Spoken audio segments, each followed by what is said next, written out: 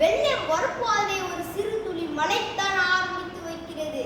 அது போலவே வாழ்க்கையில் நாம் அடையும் மிகப்பெரிய சாதனைகள் அனைத்தும் ஒரு சிறு முயற்சியிலேயே தொடங்குகின்றன. ஒரு பெரிய மலையை கடக்க என்றாலும் நாம் எடுத்து வைக்கும் முதல் அடிதான் மிக முக்கியமானது.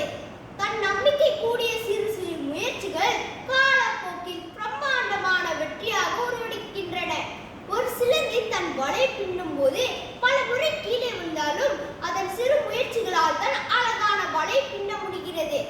மின்விளக்கை கண்டுபிடித்த எடிசன் ஒரே நாளில் வெற்றி பெறவில்லை. அவர் செய்த ஆயிரக்கணக்கான சிறு முயற்சிகளின் தோல்விதான் இன்று உலகம் ஒளியுடன் நிற்பதற்கு காரணம். தோல்வி என்பது வெற்றிக்கான முதல் படி என்பதை விட சிறு முயற்சி தான் வெற்றிக்கான திறவுகோல் என்பதே உண்மை.